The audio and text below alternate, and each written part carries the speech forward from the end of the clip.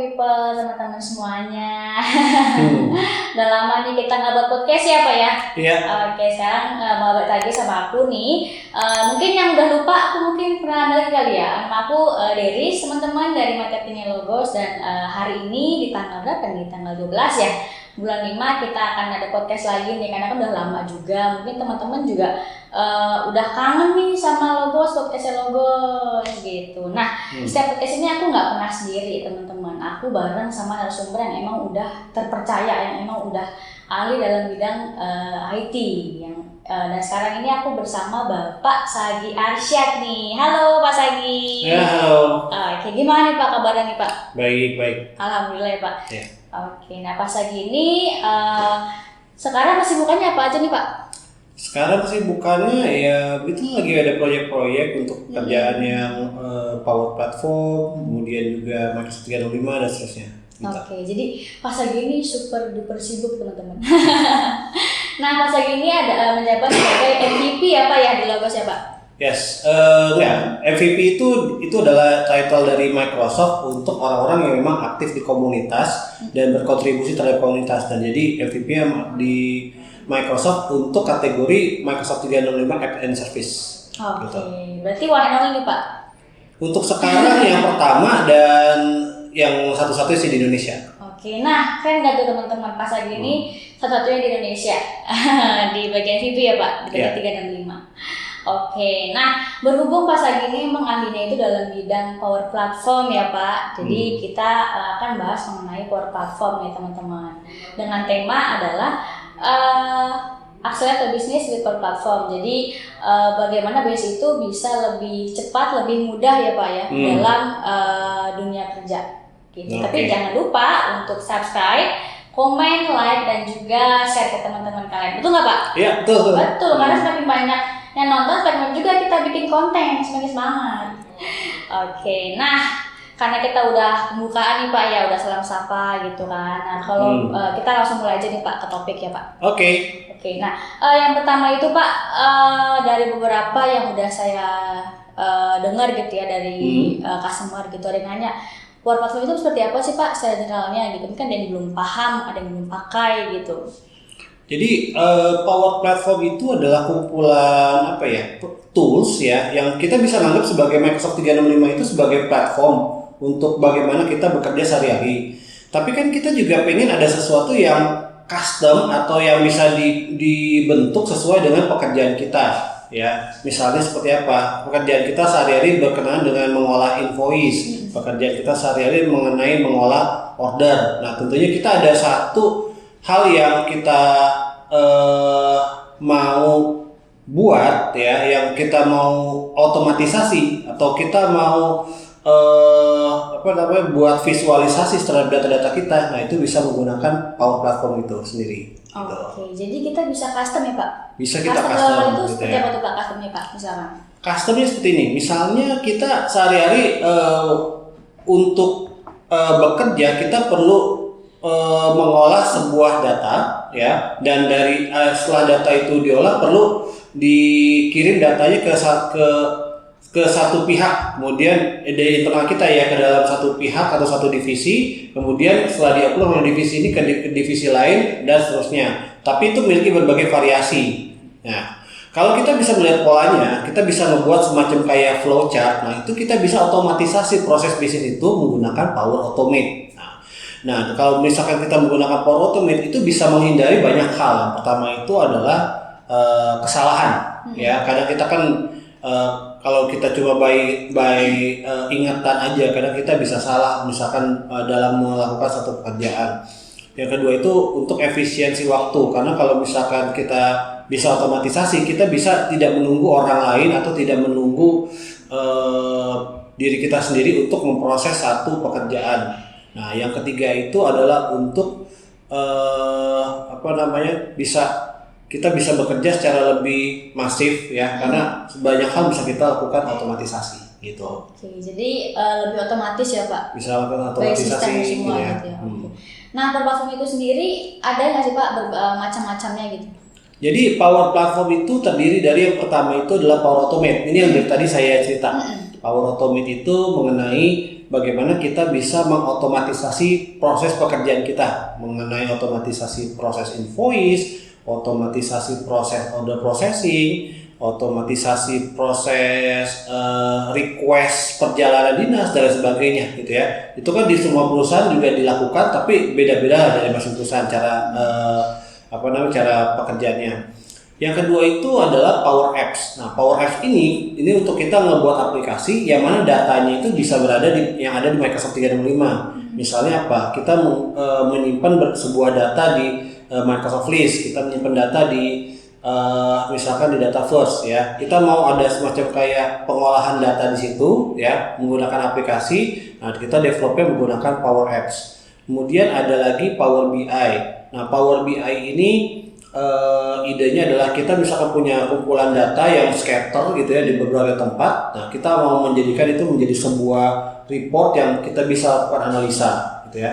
Dan yang mungkin terakhir yang agak jarang diceritakan itu adalah Power Virtual Agent, yang mana kita bisa berbicara dengan virtual agent atau chatbot ya, yang mana itu di developnya itu menggunakan Power Platform. Nah, kesemuanya ini ide utamanya adalah low code. Low code itu apa? Low code itu adalah kita bisa ngebuat aplikasi seperti yang automation ataupun Power Apps dan seterusnya tadi, itu menggunakan code yang sifatnya lebih sedikit gitu. Nah, dari pengalaman saya, kita bisa kebetulan saya adalah full stack developer ya, ASP.NET C# ya. Nah, kalau saya bandingkan saya mendevelop sebuah sistem menggunakan ASP.NET C# dengan dengan Power Platform, itu bisa lebih cepat, bisa sampai sekitar 5 kali lebih cepat gitu. Nah, walaupun memang ada beberapa limitasi ya, ada beberapa yang nggak begitu fleksibel di Power Platform, tapi poinnya adalah kecepatan kita dalam membangun aplikasi, dan di beberapa aspek ini memang lebih ke arah untuk bisa siapapun membuat sesuatu. Misalkan kayak ngebuat report itu nggak perlu lagi ke developer, ngebuat report nggak perlu lagi ke analis, end user bisa bikin report atau analisa sesuai yang dia sendiri inginkan gitu. Oke, berarti nggak cuma IT aja Pak yang bisa menggunakan itu? Nggak cuma IT aja. Pun bisa gitu ya Pak? Bisa ya. Jadi kalau misalkan kayak sales, marketing, mereka punya data, mereka juga dari data itu udah bisa langsung buat analis sendiri. Nggak perlu minta ke developer, nggak perlu minta ke orang IT bikin report, nggak perlu, bisa bikin sendiri gitu idenya. Oh gitu. Jadi tapi ini semua saling berkesinambungan tuh Pak. Ada Power Apps, Power BI, Automate juga berkesinambungan berarti ya Pak? Berkesinambungan, ya. Berarti semuanya ini mempermudah untuk pekerjaan ya Pak? Ya, objektifnya memang untuk mempermudah pekerjaan kita, dan istilahnya adalah citizen developer. Artinya adalah kita yang memang sehari-hari bukan pekerjaannya sebagai developer, itu bisa melakukan apa yang dibuat oleh developer, seperti aplikasi, seperti itu adalah otomatisasi, seperti itu adalah misalkan report terhadap data dan lain sebagainya gitu. Oke, jadi teman-teman ini sangat bantu banget, karena emang kita tuh semua butuh kecepatan ya Pak, karena udah modern banget sekarang kan teman-teman, jadi nggak perlu yang manual pakai kertas ya Pak ya.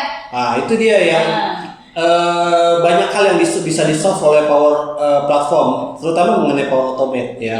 Misalkan kita ada sesuatu pekerjaan yang masih dilakukan manual kertas, dan apalagi kalau kertas itu dioper atau divisi. Betul. Ya. Nah, itu yang seperti apa? Misalkan itu adalah ada approval dari request purchasing, yang pertama dari divisi A ke divisi B lagi ya. Nah, daripada kita melakukan itu menggunakan kertas diisi kemudian dioper sana oper sini, itu bisa kita lakukan dengan menggunakan Power Automate dan Power Apps. Jadi datanya itu bisa carry over antar tempat gitu. Oke, berarti bisa di mana aja, kapan aja ya Pak ya? Bisa. Bawa-bawa kertas gitu ya Pak? Bisa bawa kertas lagi gitu ya. Oke, jadi Power Automate ini sangat membantu banget teman-teman. Jadi kita itu udah modern nggak perlu pakai kertas, apalagi bawa kertas kan sayang ya Pak ya. Jadi ya kadang yang terjadi adalah scatter gitu. Kertas saya scatter gitu kan, dan juga at some point kertasnya ini kan bakal di-dispose gitu. Dan lebih yang kalau misalkan datanya kita nggak kumpulkan, itu bisa nggak bisa kita lakukan analisa terhadap apa yang kita masukkan dalam kertas itu. Iya, kan? Betul. Bayangkan kalau kita mau menganalisa dalam 1 bulan ini ada request purchase berapa aja. Kalau pakai kertas kan kita susah analisanya. Tapi kalau kita menggunakan suatu sistem ya itu kita bisa udah ada datanya, tinggal kita data itu ditarik oleh Power BI bisa terupdate. Nah ini kita misalkan purchase dalam 1 bulan ada berapa, tipenya yang misalkan untuk produknya IT berapa, untuk non IT berapa dan sebagainya. Nah berbagai hal itu bisa dilakukan kalau kita menggunakan Power Platform, dan juga yang lebih penting lagi nggak harus minta orang IT bikin. Nah nggak harus minta orang IT bikin. End user yang seperti orang purchasing, orang finance bisa bikin sendiri. Gitu idenya. Kadang suka repot ya Pak kalau emang IT-nya lagi sibuk kan, susah diganggu biasa itu Pak. Ya IT kadang juga pekerjaannya bukan cuma IT doang, kadang mereka mesti develop juga, kadang mereka mesti banyak hal gitu. Iya betul, itulah IT hebat. Oke, nah kalau untuk aplikasi sendiri tuh Pak, apa sih Pak yang bisa dibangun dari Power Platform untuk aplikasinya? Mungkin untuk banyak hal. Ya, mungkin bisa jelaskan Pak. Kalau kita bicara Power Automate, ya kalau pengalaman saya sendiri di Logos itu adalah ngebangun sistem order processing, tapi nggak hanya terbatas order processing ya.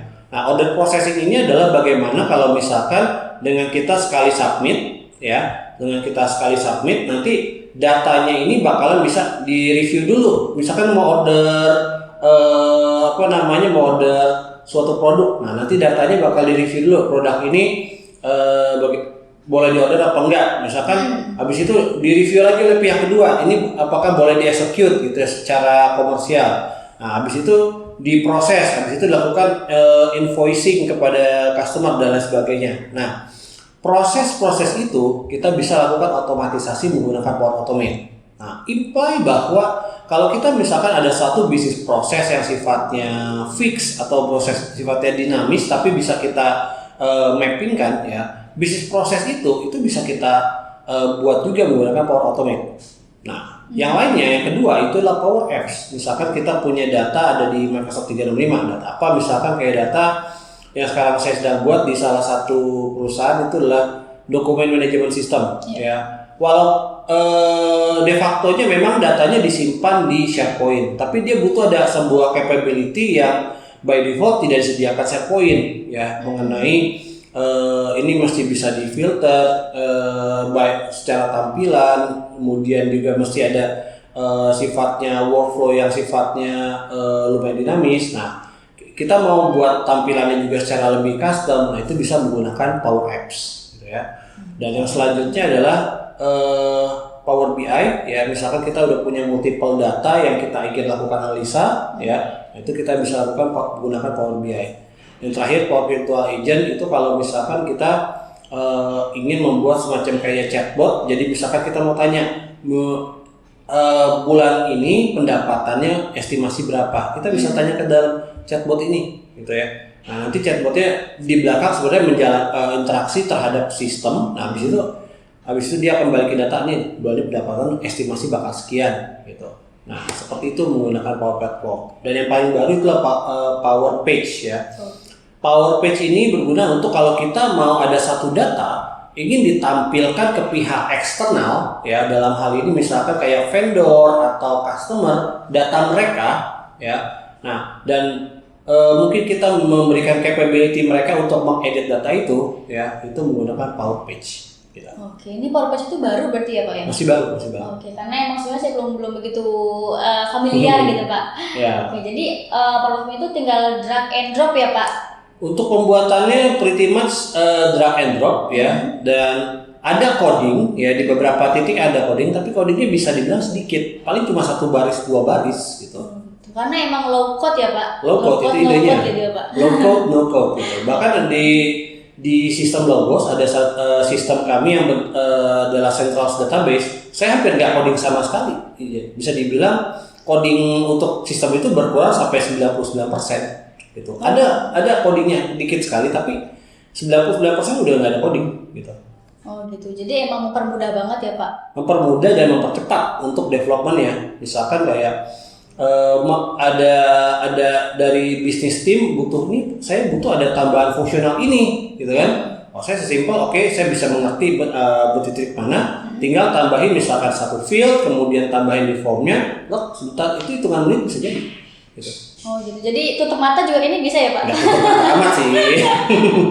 Ya oke. Jadi itu serba simpel ya Bapak Ibu, karena kan mungkin di pikiran Bapak Ibu, teman-teman semua pasti, codingnya pasti banyak nih, karena kan itu step by stepnya juga banyak kan ya Pak ya. Tapi itu tenang aja, integrasi dengan Power Automate gitu. Jadi no code, no code. Oke, jadi sangat mempermudah banget nih Bapak Ibu. Nah, untuk licensingnya sendiri gimana tuh Pak? Karena kan Nah, licensingnya ini gini, yang menarik dari Power Automate, yang menarik dari Power Platform, at some point dia include di subscription Microsoft 365 kita.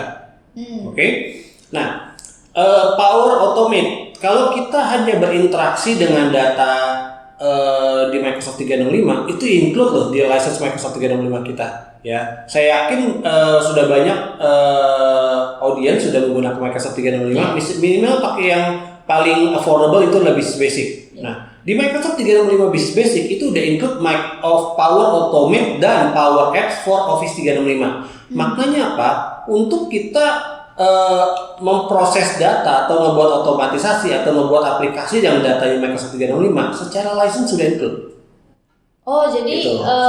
Sudah semua ya Pak? Sudah semua, gitu. Itu. Nah, kecuali ketika kita mau fungsional lebih, misalkan kita connect ke sistem yang eksternal, misalkan apa? Kita punya database SQL Server yang on-premise, kita punya database Oracle, kita mau connect ke SAP, itu kan udah dianggap sebagai eksternal, itu baru butuh license. Saya sebutnya sebagai premium license, ya, bisa itu yang sifatnya Power Automate per user atau Power Automate per flow. Ya. Nah, balik lagi yang include di Microsoft 365 ya. Nah, banyak hal bisa kita buat yang menggunakan yang license yang sudah include di Microsoft 365. Misalkan kayak tadi purchase request yang Logos pernah buat, mungkin bisa dilihat di website transform.co.id ya. Mungkin nanti ada tulisan di sini ya. Transform.co.id. Nah, itu saya demokan bagaimana purchase request tadi di Logos ya. Nah, itu workflow-nya kita bisa menggunakan Power Automate yang for Office 365. Jadi sudah include di license Microsoft 365 Basic sekalipun ya. Nah, itu yang dua, Power Apps dan Power Automate. Yang ketiga Power BI. Kalau kita Power BI objektifnya adalah menganalisa untuk kita sendiri, Power BI Desktop itu free. Oh, free. Free, tinggal download aja. Nah, lain hal kalau kita dari Power BI itu butuh di-share ke orang, kemudian untuk orang lain bisa lihat, baru baik yang ngebuat maupun yang view itu baru butuh license Power BI Pro. Nah, gitu. Dan kemudian Power Virtual Agent. Power Virtual Agent for Teams itu free. Ya, free atau included lah kalau istilahnya. Kemudian kalau kita bicara lagi mengenai Data First ya, Data First itu adalah database-nya untuk yang Power Platform. Jadi kalau Data First for Teams itu included untuk sekian capacity itu included seperti itu. Jadi kalau kita masih sifatnya mau coba untuk gain the confidence is this system works for our company, itu included di Microsoft 365 gitu ya. Mungkin nanti baru ketika kita kita udah mendapat confidence di system works, baru kita mempurchase the premium license gitu. Berarti kalau udah include gitu ya Pak, berarti langsung bisa digunakan ya Pak? Udah bisa digunakan, tinggal kita custom sesuai dengan proses bisnis yang ingin kita gunakan. Oh gitu, berarti sayang banget nih Pak teman-teman kalau emang nggak digunakan ya Pak ya, karena itu udah semua include di 365 ya Pak. Yes, sudah itu. Nah itu, jadi tenang aja. Nah tapi bisa ini nggak Pak standalone gitu Pak untuk portfolio sendiri? Ada standalone-nya. Yang standalone itu yang premium itu sifatnya standalone. Ya kalau kita mau buat yang Power Automate Premium per user atau Power Automate Premium per flow itu sifatnya standalone, bisa. Oh bisa ya. Oke, nah jadi kalau teman-teman yang emang mau Power Automate aja gitu ya Pak, bisa ya Pak ya standalone? Bisa. Oke, nah tadi kan Pak Sagi bilang itu ada Power Automate per user plan ya dan flow ya. Nah itu boleh jelaskan nggak Pak perbedaannya tuh apa tuh Pak? Perbedaannya itu di kapasitasnya. Ya, kalau per user itu lebih karena bahwa dia ada limitasinya, itu adalah di berapa sekian jumlah action yang bisa di-execute per harinya. Kalau misalkan yang tadi yang included di Microsoft 365 itu berada di yang sekitar 10.000 action kalau saya nggak salah ya per hari gitu ya. Satu action itu apa? Satu action misalkan dia mengirim email, dia baca data, dia update data di SharePoint itu masuknya satu action.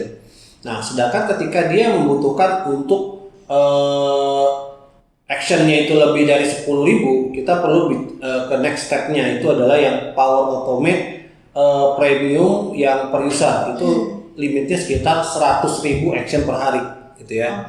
Dan kalau kita misalkan lebih lagi, misalkan flow kita lumayan intensif, kita bisa menggunakan license Power Power Automate yang per flow ya, yang mana itu bisa sampai 50.000 action per hari gitu. Jadi itu perbedaannya Pak, tergantung actionnya ya Pak. Ya. Oke deh kalau gitu. Nah ini lo jelaskan ya teman-teman semuanya Power itu emang permudah dan juga bisa custom juga ya Pak. Ya. Nah kalau ada teman-teman nih Pak yang mau training gitu Pak, mungkin kurang paham nih atau mau lebih detail mengenai Power Automate, bisa di Logos nggak Pak kira-kira? Bisa. Nanti paling kontak ke Logos ya. Mungkin nanti kontaknya ada di sini kali ya. Kontaknya ada di sini. Ya. Gitu. Nanti kalau teman-teman butuh training lebih dalam mengenai Power Automate, Power BI, Power Apps atau produk lainnya gitu kan, bisa langsung aja nanti kontak di Logos. Kita juga ada trainingnya ya Pak. Berapa menit Pak? Aku boleh tahu Pak? Berapa menit Pak trainingnya? Ada training, kita biasa training adalah 2 hari. Oh 2 hari. 2 hari karena memang lumayan intensif ya, dan diharapkan setelah training 2 hari itu udah bisa membuat seperti aplikasi sendiri atau workflow sendiri gitu. Dan training itu sendiri menggunakan kurikulum yang memang dibuat oleh Microsoft. Gitu. Jadi nggak salah ya Pak? Nggak akan keliru ya Pak dari Microsoft langsung? Ya dari Microsoft langsung, karena objektifnya kan supaya bisa nyobain banyak feature. Nanti kalau udah tahu, nah ini bisa pakai kayak gimana, udah kebayang bisa buat apa gitu ya.